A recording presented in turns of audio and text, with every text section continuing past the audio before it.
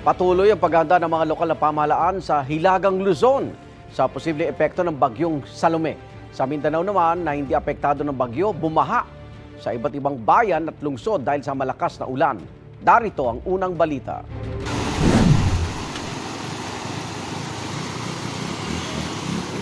Sa gitna ng rumaragasang baha sa Barangay Paruwayan sa Alamada, Cotabato, dalawang motorcycle rider ang halos tangay na ng tubig. Tinawid ng dalawang overflow bridge sa sitio Campo 1 pero nahirapan silang makadaan dahil sa lakas ng agos ng tubig. Maya-maya pa'y natumba ang motor ng isa sa kanila. Pinilit itong itayo ng lalaking rider pero pahirapan dahil sa pagragasa ng baha. Gamit ang lubid, tinulungan sila ng ilang residente at sundalo para makaahon. Umapaw naman ang isang sapa sa Coronadal City sa South Cotabato dahil sa matinding pag-ulan. Dahil dyan, bumaha sa ilang barangay sa lungsod. Pinasok pa ng tubig ang ilang bahay. Sa bayan ng Tantangan, isinara ang ilang bahagi ng kalsada dahil sa baha. May ilang lane na pinapayagang madaanan ng mga motorista pero mabagal ang daloy ng trapiko dahil sa tubig. Tumulong ang ilang kawani ng Municipal Disaster Risk Reduction and Management Office at Traffic Section sa pagmamando ng trapiko.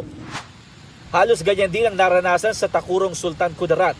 Lampas gutter ang baha kaya mabagal ang takbo ng mga sasakyan. Hindi naman madaanan ang ilang kalsada sa Balabagan, Lanao del Sur dahil din sa baha. Ayon sa Pag-asa, Intertropical Convergence Zone o ITCZ ang nagpaulan sa iba't ibang bahagi ng Mindanao. Sa Hilagang Luzon naman ay inaasahang tutubukin ng bagyong Salome, patuloy ang paghahanda ng mga lokal na pamahalaan. Sa Pagudpud, Ilocos Norte, naka-alerto na ang lokal na pamahalaan para sa epekto ng bagyo.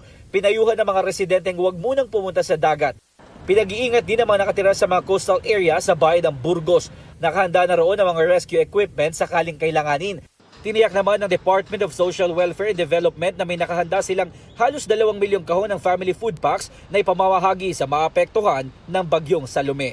Ito ang unang balita. Jomer Apresto para sa GMA Integrated News. Igan, mauna ka sa mga balita, mag-subscribe na sa GMA Integrated News sa YouTube para sa iba't ibang ulat sa ating bansa.